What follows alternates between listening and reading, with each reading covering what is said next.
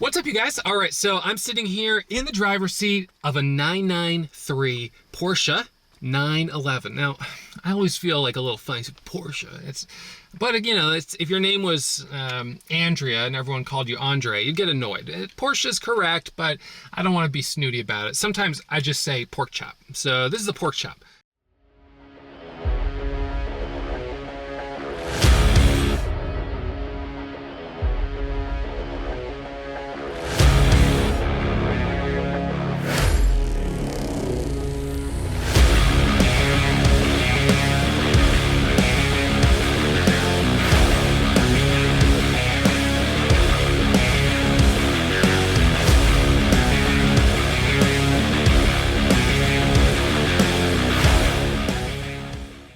So we're going for a cruise in the pork chop, Old Porky, and there's the key right there. So there you go.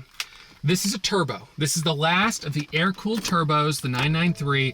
It's a pretty rare car. I mean, about 1 in 10 of the 993s were turbos. So let's listen to this kitten purr. I'm just gonna do a cold start for you guys. Actually, it's warm. It's not a cold start. So you can hear, I mean, you know, you can hear a little something back there, but this is stock exhaust. It's got RSR suspension, but which is sort of one of the top of the line cars that they made in the 993. But the exhaust is stock. I feel like, you know, it doesn't have as much kick as I'd like, but you could definitely do aftermarket stuff, and I'm thinking about that. But for right now, I'm just leaving it stock and kind of getting a feel for it. Compared to my other 993, which is naturally aspirated, you'll notice when I'm driving this, the engine sound will get the you know, of that turbo sound, which, as it turns out, I don't actually like as much. I prefer that naturally aspirated sound. So this, as a turbo 993, they made one in every 10 993s was turbo. So they're pretty rare. A little bit more rare would be a 911 RS. So the RS, they made about 1,000 of those. Those are naturally aspirated, street legal race cars, basically. The RSR, they didn't make very many of at all. Those are legit race cars. They're crazy. And then the Cup, the 993 Cup cars, or the Super Cup, they made, I think, 216 of those. Those are also super rare. Jerry Seinfeld had one that he auctioned for like 900,000. There's one for sale right now for 1.1 million.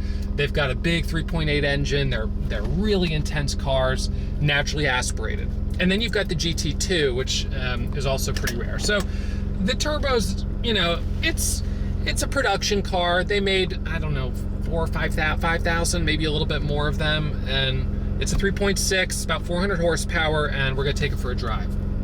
One of the first things I can tell you about it is that the clutch is super light. You feel almost, I mean, it's so light. And that's in contrast to the 993 4S that I have. The 993 4S, the clutch on that one is heavier, which honestly I kind of like, because you can feel it a little bit more. So we're only going like 30 miles an hour. I'm gonna turn my window up. One of the things that I have a hard time with going back and forth between driving the old cars, like the 69 Mustang, is a 4-speed. And so it's first, second, third, and then fourth. So what I sometimes do in this is I jump from second over to fifth, skipping between third and fourth, because it goes to fifth to sixth. But you get used, you just kind of have to get used to it. This is the 993's, one of the last, arguably, what many Porsche enthusiasts would say, one of the last really over-engineered cars. So rev into the downshift there, heel toe, and then coming out of the corner. It's a monster. I mean, it really is. Now, I drive this barefoot. For me, I like to be able to have a better feel of the brake and then roll my foot over onto the gas. I guess I could get like leather driving shoes, like little moccasins, but I probably never wear them. So I wear sandals, but then I take them off and go barefoot. But you can hear the primary sound that I hear in the back when I'm really, you know, trying to get after it a little bit, is that the turbo, the sort of turbo whine, the turbo spool. It's like what you'd hear on like an F250 or F350 or whatever that is like, you know, all souped up for, you know, blowing smoke or whatever. So brake, downshift.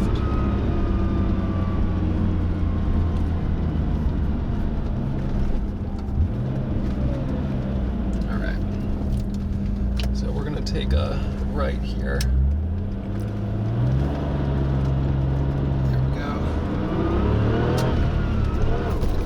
That's jerky. It's because of how light the clutch is that it's hard. I'm not really good at. I mean, it engages like real quick.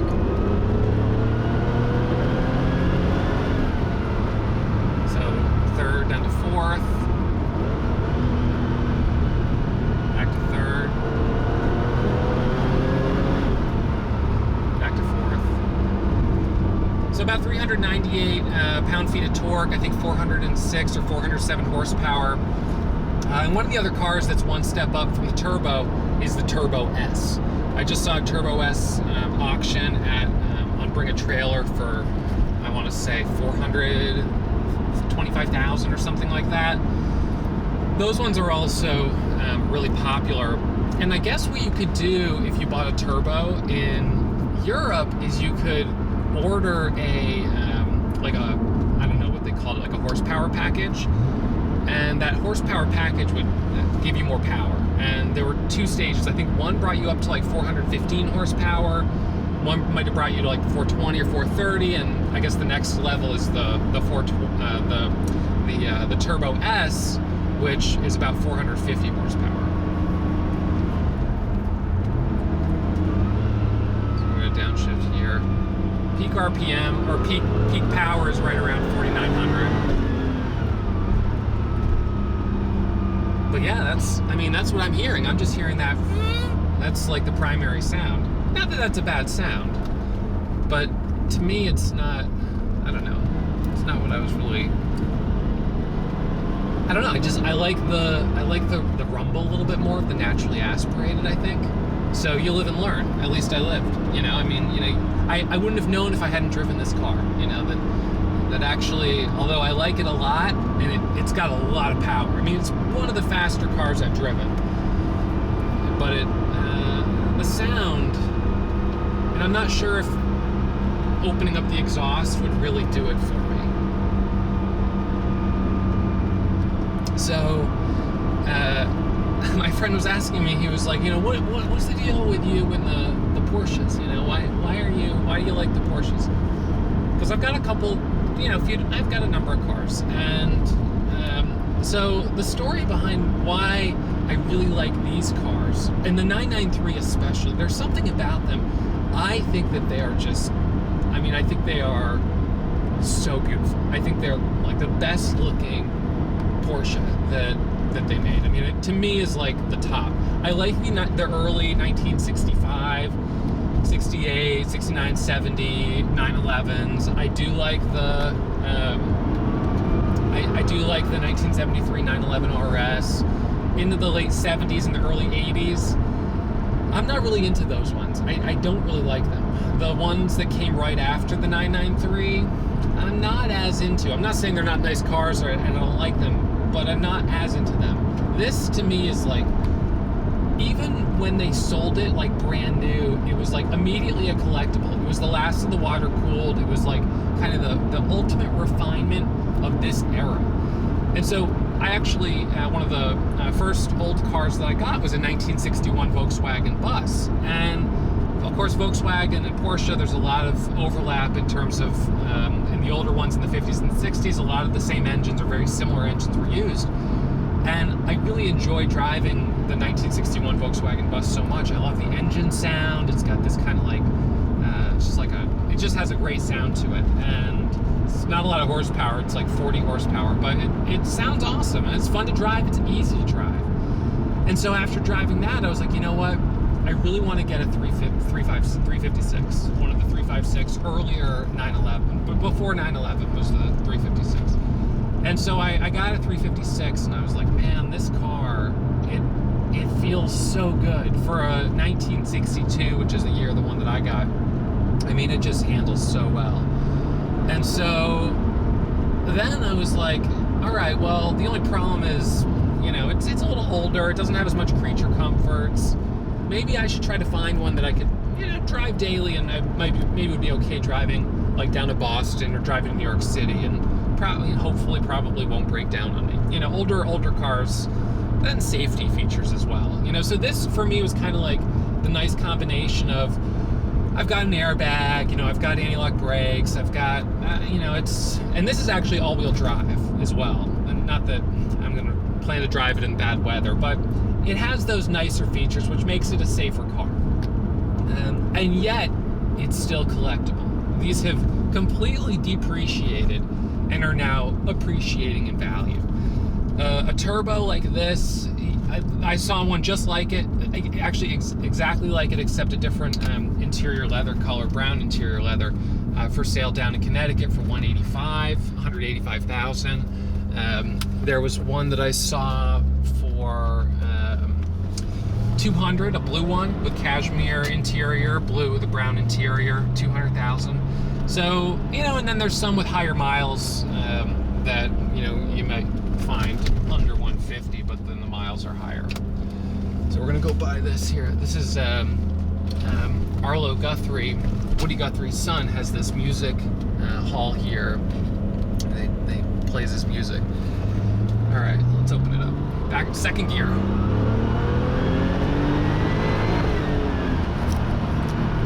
Into third, and it does shift smoothly when you've got the RPMs up there a bit.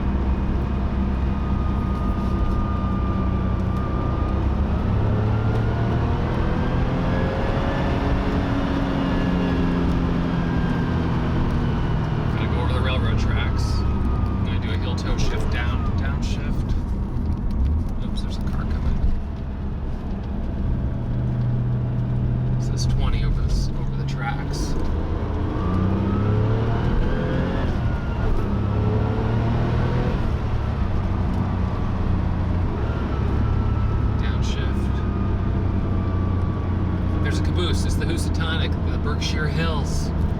So we're in Housatonic, which is in Berkshire County, Massachusetts. It's kind of like old industrial town right down in here. I don't know when it was really at its peak. Go down to 4th. I think we might cross the tracks again. Down to 3rd. The steering is tight. Steering feels fantastic. So, you know, I think for me, one of the things that's, you know, sometimes people will say, Russ, why don't you drive like a brand new, you know, McLaren or Ferrari or Lamborghini with the money you've spent on old cars? Obviously, you can afford them. That's true. But those types of cars are depreciating. They're not an asset. They depreciate. And as soon as you buy it, it's worth less the day you buy it. And I have a real problem with that. Not that I don't think it's nice to have a new car, and it's good to have something that's reliable and safe. But when you're talking about $200,000 or $300,000 or more, or you're talking about $1 million spread across a bunch of cars, I would rather buy something that's already fully depreciated and is now starting to appreciate in value. And the collector car market isn't a lot different from the stock market in that it's speculative, and you know, you might buy something and think it's going to go up in value. It goes down in value. But the nice thing is, at least you can enjoy it while you have it, and you know that you actually have a chance of being able to sell it for a little bit more money. So some of the cars that I've bought, I know right now, based on other ones I've seen sell at auction, are currently selling for more than what I paid for them. So I'm happy with that. This one I could sell, and I might sell, and I'll let you guys know if I do, just because I'm not sure I want to keep it as a turbo. But this one I could probably sell for a little bit more than I paid for it as well. So, you know, that's a nice thing with the older cars that you just don't get. You know, if you buy a used Huracan off the lot, you know, as soon as you buy it, you're the second owner, third owner, whatever the case is, and it's going to be worth less real quick. So I think, I mean, you know, all around, this is an awesome car. It handles well, it feels great. You could get more power out of it if you wanted to. I mean, right now, 400 horsepower in a car that weighs a little over 3,000 pounds, it feels really quick. It really does. I mean, compared to like the Lamborghini Huracan that I've driven, which I think is closer to 600 horsepower. I mean, that car, I'm sure has a higher top speed. I'm sure it's faster 0 to 60, but in terms of handling, when I drove the Huracan, I drove the GT3 on the same day, and it was a newer one.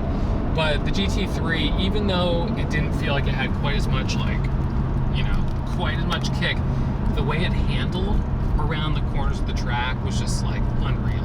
And that's what I really love about this, is the confidence that it instills in you, that the predictable way that it handles, coming in and out of corners, and you know, as you're starting to feel the weight swing. Now, some of the older 911s, they would kick out in the back, especially the turbos. They call them Widowmakers, because by the time the turbo was kicking in a corner, it kicks you right out and you spin off the road. But that wasn't really the case with this. This is a twin turbo. And so this twin turbo plus the wide wheelbase and all-wheel drive, this thing handles really well. I mean, it handles fantastically well. It feels super tight.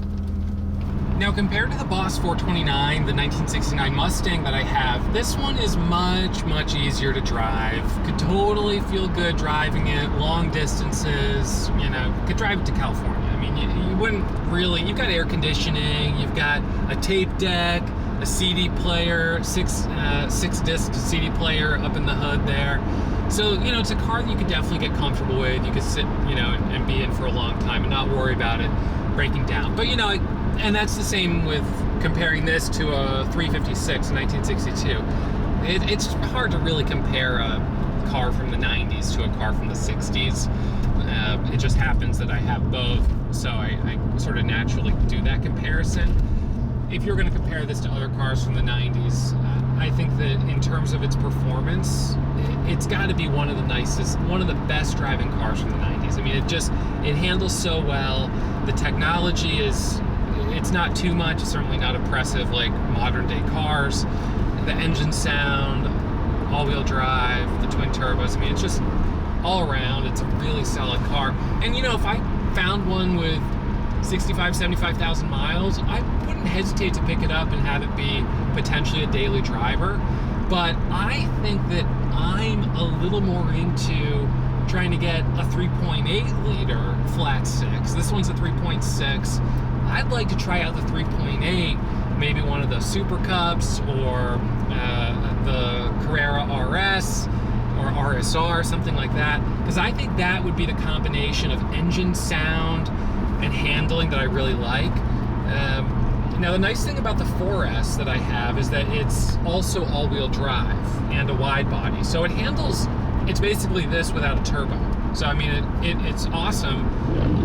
Could, you know, you modify that engine to bring it up to 3.8, you know, or do other modifications to get more out of it? Yeah, you could, but then it's no longer stock, it's no longer original, and that's going to hurt the value on it when you turn around and want to sell it. So ultimately getting one that basically, I mean, a slight modification like a new exhaust, new muffler, or new wheels, that's not going to hurt value too much. But when you start making big changes, that's when, you know, you start messing with the engine. It's now a modified vehicle, and that's going to hurt you when you try to sell it. So my strategy is kind of, in terms of these vehicles as an investment, to find ones that I genuinely like. That way, if it ends up being a bad investment, at least I enjoy driving it. I'm not going to buy like a I don't know, a DeLorean or something like that as like, is the investment vehicle of the decade, and then as it turns out, it's not that fun to drive, it breaks down, I don't enjoy it, and it turned out to be a bad investment.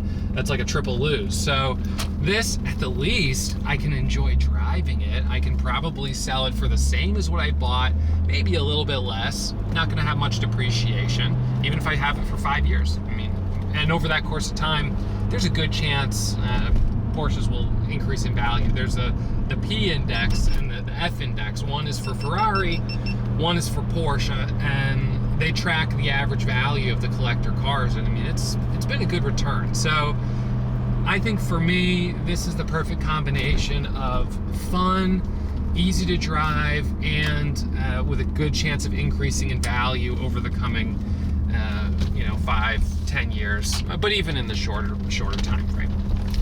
Finding one that you can get at a good price is going to be important. Finding one with good miles, good maintenance history, and everything else, that's all part of getting a good deal if you're going to have something for a little while. So this is a car that I wouldn't hesitate to recommend as this is an awesome daily driver. I mean, obviously I've put a car seat in the back. You can do it. It's not a lot of room, but it's not a great family car, but for driving around and having a little fun on Sunday or Monday through Friday, it's a fun car. It handles well.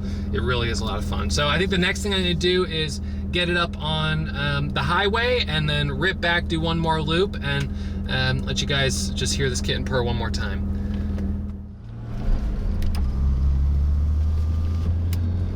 So being up in the country, there's not kind of a lot of places like highway to really kind of get up to speed, but we do have a freeway here, so we're gonna jump on this one. So I'm in second gear right now, going like 20.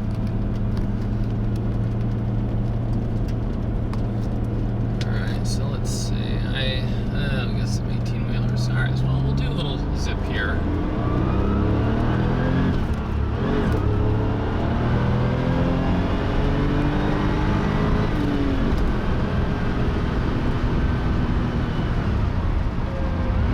That's the on-ramp. We're not on the highway yet.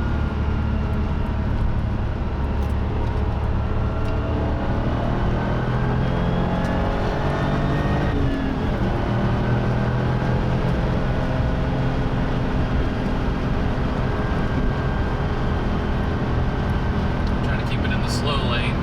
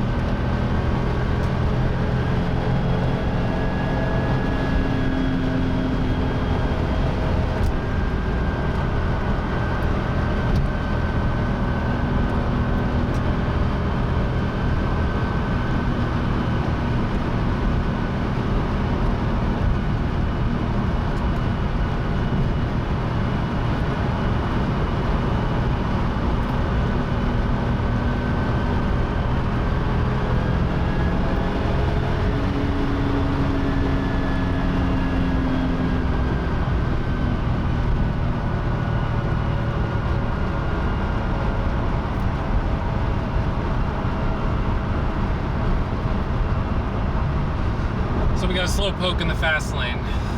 This happens all the time. She's not even passing. She's just idling, just hanging out there.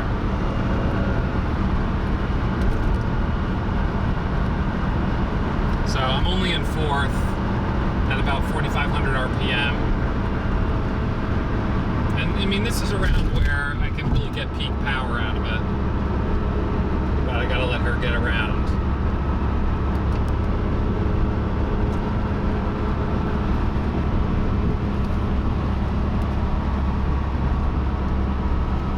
Oh boy, she's from Ontario. Canadian, eh? She's taking it slow. She's not in any hurry. But she won't mind when I blow by her. Give her a little flash of the lights. Excuse me, ma'am. Don't mind if I do.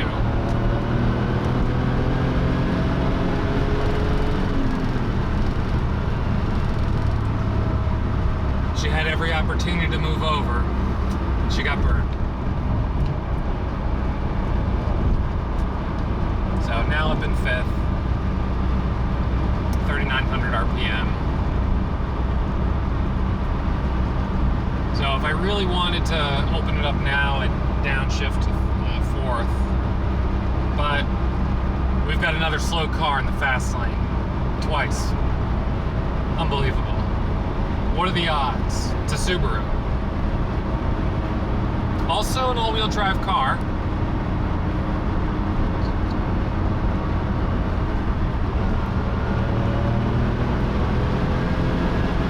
So down to fourth for the pass, back to fifth.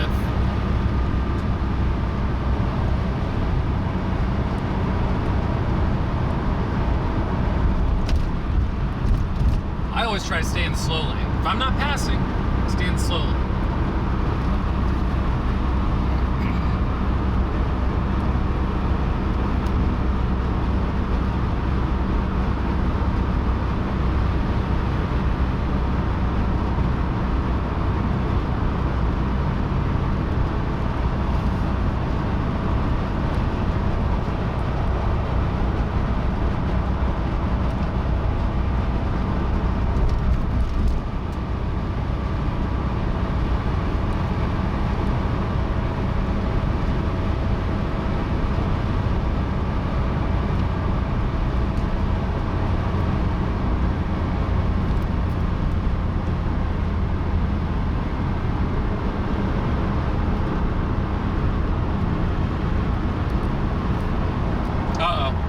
Looks like I'm about to get passed by a Mazda.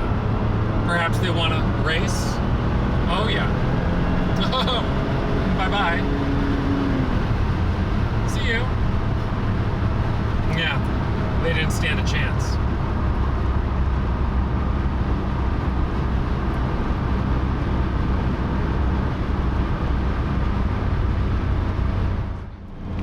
All right, so we're back on the on-ramp. We're gonna go back up the other way.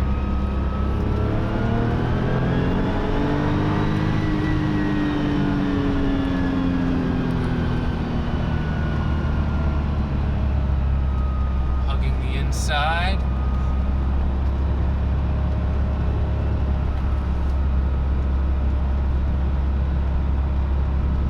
One of the nice things with a rev match downshift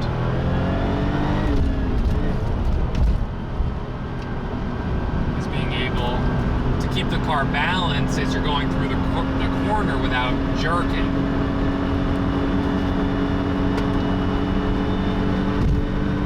The Chevy Tahoe wants to race. Maryland. You have what it takes? Here we go. Oh yeah, they want to go. Burn! They didn't stand a chance. Bye-bye.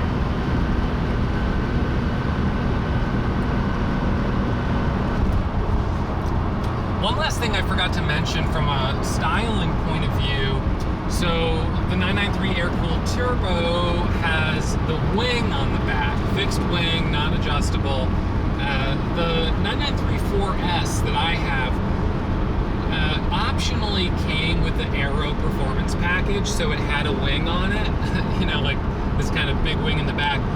But the one that mine has the kind of regular back, but a wing that will automatically, or kind of like a little spoiler that will come up when you're up at a certain speed, and then it'll drop back down when you slow down. I think the thing about the wings is that, I mean, they're a big statement because it's like, obviously, if you've got a wing on the car, you're one of the, 1 out of 10 that's either a turbo, an RS, a cup car, an RSR, maybe a 4S, which is kind of the lowest performance car that, well, I think you could actually get some Carreras with, Carrera S maybe with an Aero pack also, but for the most part, getting the wing on the back is a little bit of a kind of a statement. I like it. I do like the styling of it. I think it looks good. I really like that it's painted. That's something for me that's a big deal versus the ones from the 80s and early 90s. I really like that this is painted. This car's Arena Red, which is my favorite color in the 993s. It's the same color as my 4S. I would say Arctic Silver, which is sort of a bluey silver, would be my second favorite. Not to be confused with Polar Silver, which is a much like silver. But back to the wings. The thing that I do like about the 993 RS is that while you could get the big, like double wing, huge rear spoiler, you could also get one that's a little bit more like a ducktail, kind of just this little like whoop. And that one is a lot more subtle, and I actually really like. It's a little more similar to what they had on the 1973 911 RS. It's there, but it's kind of just like, hey, I'm here. Like, I don't need to like let everyone know about it. But I'm here because, you know, I'm a pretty legit sports car. So I do like that one a little bit more even than this one, but I don't think anyone would have that spoiler on this car. I think those are really exclusive to the RS. But initially I was kind of like, all right, it's a 993, and that was the one thing with the 4S that I was kind of like, doesn't have the wing on the back, so it kind of looks like it's just maybe more like the base model. But of course it's a wide body, and I kind of, having now driven both, I really do sort of appreciate the more subtle styling of either just the straight back with the spoiler that adjusts based on your speed, or maybe like the little ducktail on the RS, the huge spoilers on the Super Cup cars, the Cup cars, or the RSR. I mean, it's kind of like asking for a speeding ticket in a way, because if you see a car go fast, you catch a car, you know, on your radar going fast, and you look up and you see a, you know, bright red or bright blue Porsche with a big wing on it, yeah, that's who it was. You know, I like to drive in the slow lane because, you know, most of the time you can kind of just blend right in, but not when you've got the big wing on the back. And honestly, even this car, I don't think anyone's gonna assume it was that Ford F-350 that was speeding and not this one. I mean, if you're gonna peg one or the other for going a little fast, it's probably this one. Having said that, I don't know what the top speed on this car is. I'll never know. I'm not gonna try to get to top speed. I'm not really interested in that. I like to drive, you know, a nice spirited drive, but I don't need to, you know, send the car all maxed out to, you know, 170 or 80 or whatever it might be. The odometer goes to 200, but I don't think this one, I don't think it breaks 200. It's certainly not stock, but, you know, it might get up there. I'm sure it does get up there. So, all right, well, we've had our drive around town, we've had our drive on the highway, we hung out down by the old mill, and now I think it's time to end the video. So I hope you guys have enjoyed it. If you get an opportunity to drive a 993, it's a great car, last of the air-cooled cars. They sound great, they feel great, they're a lot of fun. I mean, this is a great car to drive, a great car to own, highly recommended by me. All right, so stay tuned for the next episode of Tire Kickers. What's up, everyone? All right, well, if you made it to the end of this video, you must also be a tire kicker just like me. So hit that subscribe button and come over to tirekickers.com to check out some articles that I've written about some of my favorite cars, including that 23 window 1961 VW bus.